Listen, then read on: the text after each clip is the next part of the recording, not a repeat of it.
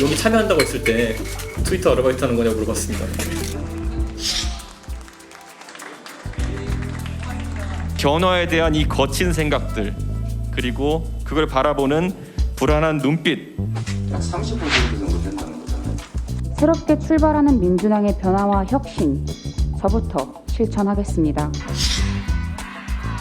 우리 민주당 후보를 선택해 주십시오. 다시 시작하는 날입니다, 여러분. 이준석과 박지현, 두 사람은 26살 나이로 정치에 입문했습니다. 최근까진 각각 여당과 제1야당의 얼굴이었죠. 지난해 전당대회에서 당선된 이준석 국민의힘 대표, 국회의원 경력 한 번 없는 30대 청년이 헌정사 최초로 원내 교섭단체를 이끌게 된 겁니다.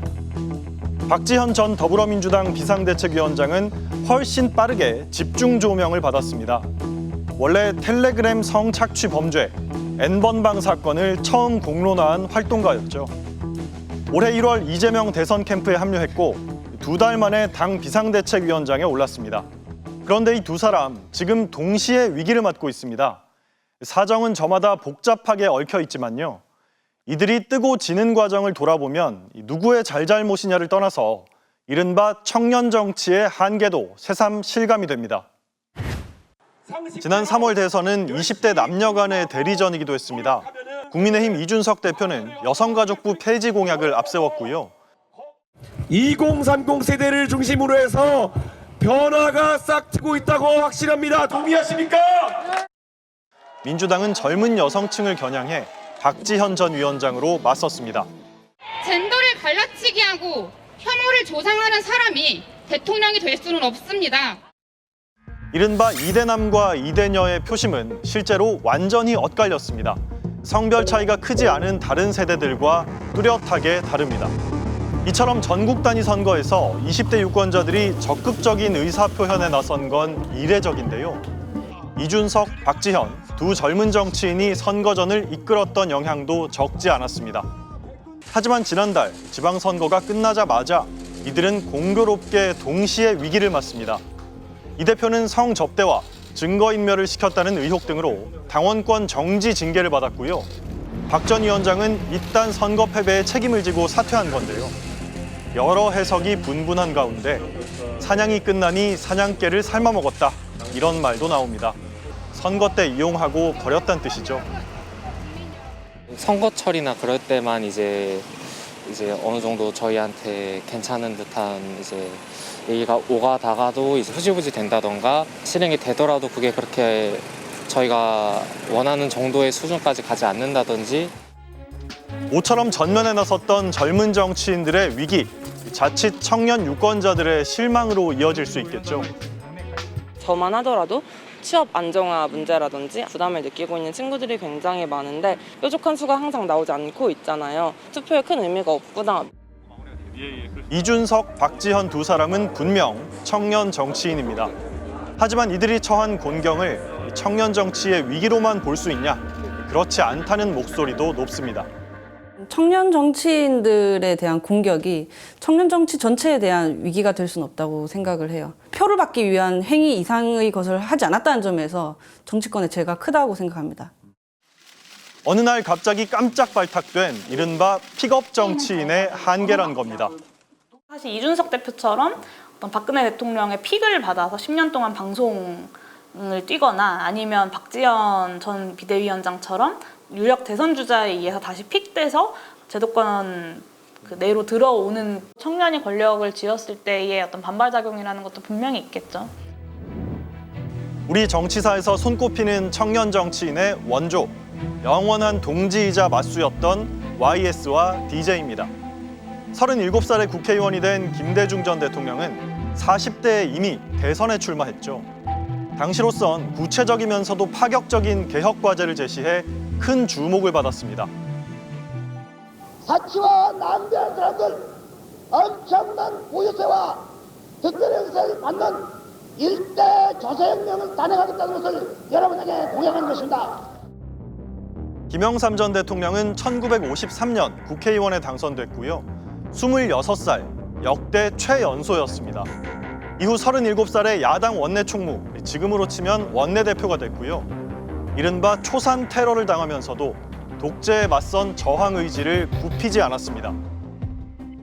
목숨이 부르는 한 바른진 정리의 떠나니 진리를 위하는 일, 자유를 위하는 일 따오릅니다. 당시엔 YS와 DJ 말고도 비교적 청년 정치인이 많았습니다. 저희가 중앙선거관리위원회 자료를 분석해봤는데요. 1963년 6대 국회의 20, 30대 의원 비율은 20%를 넘었습니다. 그런데 오히려 민주화 이후 청년 정치인 비중이 급속히 줄어서 국회의원 평균 연령은 높아졌습니다. 물론 기대 수명 증가와 출산율 하락 등 인구 구조가 바뀐 영향도 있지만요. 그런 변화보다도 훨씬 속도가 빨랐습니다. 현재 21대 국회에서 40살 이하 청년 의원 비중은 고작 4%입니다.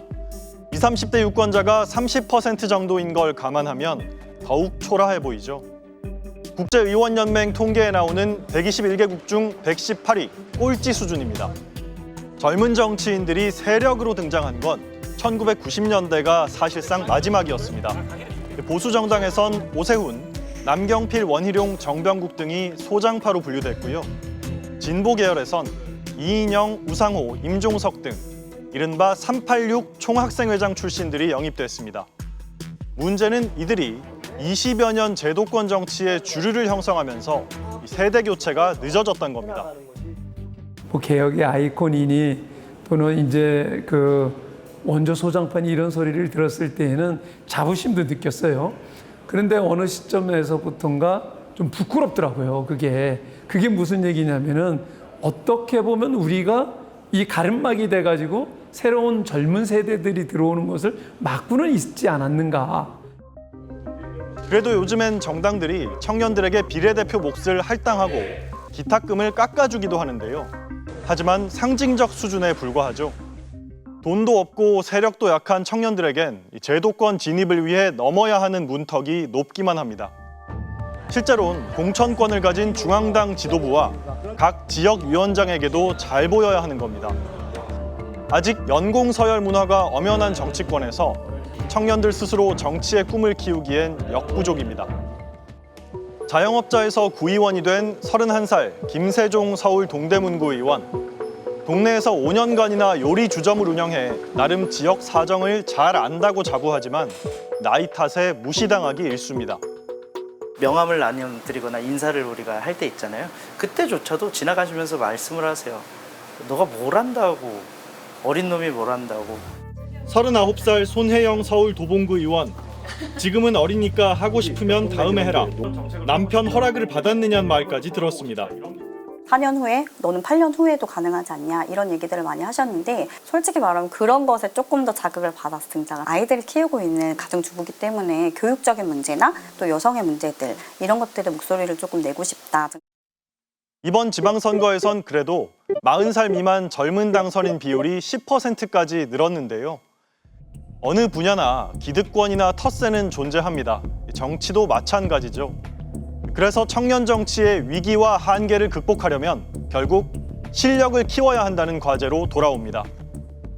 청년 정치인들이 냉정하게 자기를 돌아봐야 된다고 생각합니다. 다수의 청년들을 대변하기보다는 자기의 개인적인 주장을 관철시키는 것에 더 관심을 갖거나 개인의 어떤 선출직이나 공직의 기회를 만드는 데 더 집중하거나 2011년 이준석 국민의힘 대표와 함께 이른바 박근혜 퀴즈로 등장했던 손수조 씨. 입당하자마자 당시 문재인 후보와 총선에서 맞붙기도 했습니다. 한 차례 더 총선에 도전했다가 현실 정치를 떠난 손 씨는 이제 장례 지도사 일을 하고 있습니다. 그거를 인정해야 됩니다. 정말 여기가 나이브한 곳이고 그렇게 누군가가 선배들이 아주 열심히 그 사람만을 위해서 이렇게 키워주고 길러주는 곳이 아닙니다. 스스로 세력을 모아야 되고 스스로 이겨나가야 하는 곳이죠. 2015년 입당 6개월 만에 정의당 대표에 출마했던 조성주 씨도 비슷한 얘기를 합니다. 당시 조 씨는 대기업 노조 중심의 노동운동을 벗어나야 한다면서 주목을 받았고요. 노회찬 후보, 심상정 후보에 이어 3위에 올랐습니다. 지금까지 진보 정치의 관성으로 너무 관성적으로 대변해온 것은 아닌지 고민해보고 다시 시작하자는 말씀 드리는 겁니다. 지난달 지방선거에선 서울 마포구청장에 도전했지만 낙선했는데요. 다음 달 다시 당대표에 출마할 그는 예전엔 준비가 부족했다고 자평합니다. 진보 정당들이 그동안 얘기해오지 못했던 좀 민감한 문제 같은 걸 좀 과감하게 얘기한다든지 이런 것들은 뭐 잘했다고 생각해요. 근데 이제 조직의 운영 이런 것들에선 고민이 좀 많이 부족했다고 생각하고요. 비전이 있다 하더라도 비전을 실현시킬 힘이 있어야 되는 거잖아요. 이런 문제의식을 현실에 구현해보려는 움직임도 생겨나고 있습니다. 정치 지망생들을 정당과 유권자에게 연결해주는 플랫폼 업체가 있는데요. 유권자 1,600여 명의 추천을 받아서 이번 지방선거에 청년 138명을 내보내 40명을 당선시켰습니다. 갑자기 기회를 얻어서 하게 되면 의사결정을 할 때 이 기회를 준 사람의 눈치를 볼 수밖에 없고 기존 지역당협위원장이 이렇게 호갈하지 못한 지지 세력, 지역 유권자들을 이 젊은 정치인이 가지고 있다면 그렇다면 돌파할 경쟁력이 생기겠다라고 생각을 해서 지역 유권자와 연결하는 모델을 만들었던 거예요. 정치 이론을 익히고 쟁점을 치열하게 토론하는 정치 학교도 여럿 있습니다. 뭐 다당제를 도입하든 지금처럼 양당이든 그거를 차치하더라도 내각제의 그 요소를 도입하자는 겁니다. 한국의 양당 모두가 정당 내 민주주의가 똑바로 이루어지지 않지 않습니까? 거의 전체주의적인 태도인데. 이 학교에선 5년 동안 250명이 졸업했는데요. 모의 국정감사를 하고 정책도 만들어 보면서 진보, 보수를 가리지 않고 다양한 정당으로 진출했습니다. 사진 찍는데 들러리 서는 목적으로 청년들이 영입이 됐다가 또는 활용이 되었다가 일정 시기가 지나면 다시 안 좋은 표현이지만 폐기되는 이런 과정을 반복하다 보니까 정치를 더 좋은 방향으로 만들어가자는 취지를 가지신 분들은 누구나 환영하고 있습니다. 고 노회찬 의원의 이름을 내건 정치학교. 현장에서의 문제 해결이 곧 청년 정치의 원동력이라고 강조합니다. 지역에서 정치한다고 했을 때 시의회만 가는 건가요? 그렇지 않지 않습니까? 협동조합을 만들든 아니면 무슨 센터를 만들든 다양한 활동들을 하게 되어 있습니다. 설령 내가 이번 정치에서 낙선을 한다 하더라도 또 그 속에서 계속 활동을 해나가는 거죠. 시간이 갈수록 젊은 유권자의 비중은 점점 줄어듭니다. 이들은 투표율마저 평균보다 낮습니다. 표 계산에 바쁜 정치인들에겐 그리 눈길이 가지 않는 계층이란 얘기입니다. 투표율이 낮기 때문에 의사가 반영이 안 된다는 사실을 아셔야 돼요. 2030 세대는. 증명을 해주셔야 꼭 청년 정치인이 아니더라도 연륜이 있는 정치인들조차도 정말 청년들을 함께 가야 되는 파트너다라고 판단해 주실 확률이 더 커진다라는 사실을 꼭 알아주셔야 돼요. 정치를 외면했다가 실망한 청년들이 다시 정치와 멀어지는 악순환도 생깁니다. 괴리가 있는 사람들이기 때문에 굳이 그 청년 정치인들이 계속해서 나타난다고 해서 실질적으로 그게 큰 의미가 있을까. 다시 위기에 두 청년 정치인 얘기로 돌아와 볼까요? 이준석 국민의힘 대표는 여전히 자신에 대한 징계에 다른 이유가 있다고 의심합니다.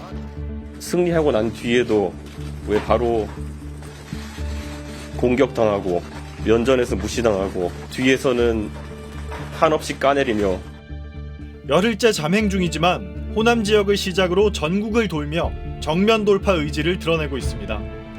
박지현 전 민주당 비대위원장도 재기를 모색하고 있는데요. 차기 당대표 출마 선언은 했지만 입당한 지 6개월이 안 돼서 무산될 가능성이 높습니다. 그동안 민주당에서 청년을 쓰고 버려지는, 그렇게 잊혀지는 존재였습니다.